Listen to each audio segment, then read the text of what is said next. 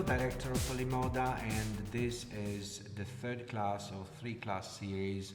We talked before about the society, the chaos. So the first lecture was about fashion is a beautiful chaos. And then the second was about the three-dimensional business model. This third class will be about branding the subconscious. It's about tuning, find the right tuning between brand and client. And this can be reached through the archetype.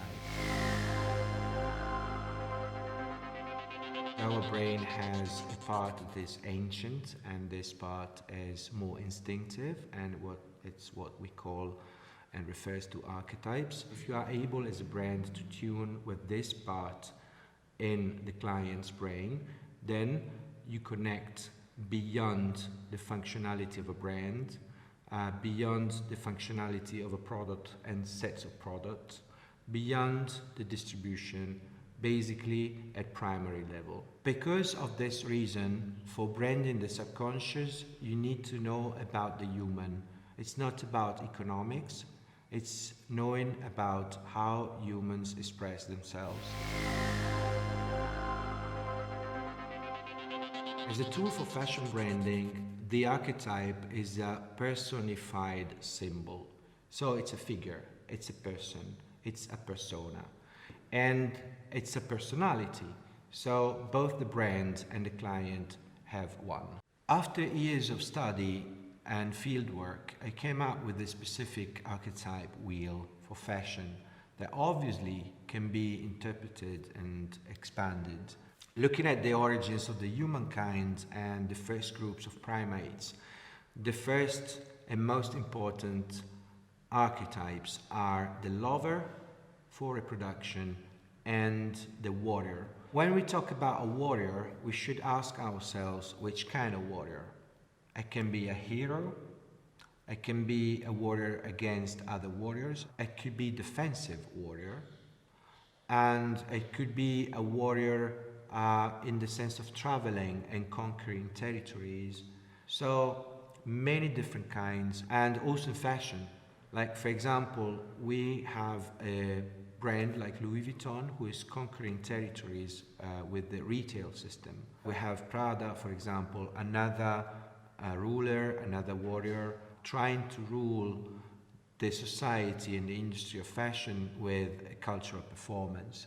So in this case, you see two warriors, two rulers in very different ways. So this is very important because this defines the space the brand has in the mind of consumers. If your consumer is a certain kind of warrior, you can't be another kind of warrior. You must be exactly that one.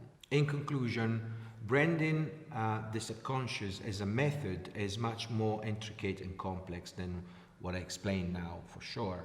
It implies the use of many other tools, and it requires a continuous cultural research. Also, the method that shows how fashion is nothing other than one of the most complete expressions of the humankind, beyond the distinction between business and design.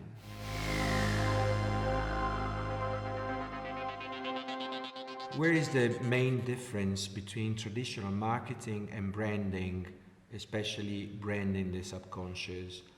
Well, traditional marketing is using targeting and segmentation. Segmentation is about splitting a given market according to certain parameters. But we have seen that because of the three main changes in the society, which are the internet, the downfall of ideologies, and globalization, these differentiations can be many, and maybe sometimes not even true anymore. So it becomes ineffective, and it tends to divide up to the point that your target market is that small. While branding the subconscious is aiming to reach clients directly, never mind if a client is coming from Australia, maybe male, maybe with a certain income, or maybe exactly the opposite, Central America, rich lady, doesn't matter. They are very different in terms of traditional marketing, but they have the same archetype. So in the end, where is the difference? Marketing is tending to divide people, but in such a diverse world, I think better to unite people, and this is what branding the subconscious is doing. So if you are a brand manager and you find yourself leading a brand, you have to check what your clients are, what is their main behavior, main metaphor, main use of symbology. So basically checking if the archetype of your client and your archetype are the same or not. The essence of this methodology is to be human-centric. And this is very different from what we got used while studying marketing or branding before. And it's content driven, so it implies a lot of research, and research is not only reading books and looking at pictures and analyze them, but it's also life and reading what happens in your life and life of people surrounding you. I think in the end it's very simple. It's about what we are and what we want to be. What I would like you to take from these 3 lectures is that branding is about analyzing the human, the society and the industry. It's not only about economics, it's very little portion of your research. The second aspect is that you need a methodology, and this methodology is not linear any longer like in traditional marketing. It's not about producing, advertising, selling only. It's also considering a 3-dimensional business model where you match the product, the use of the product and the identity. And the identity, and here we go to the last lesson, the one we had today, is about tuning the client or the consumer as a person to what is the brand persona.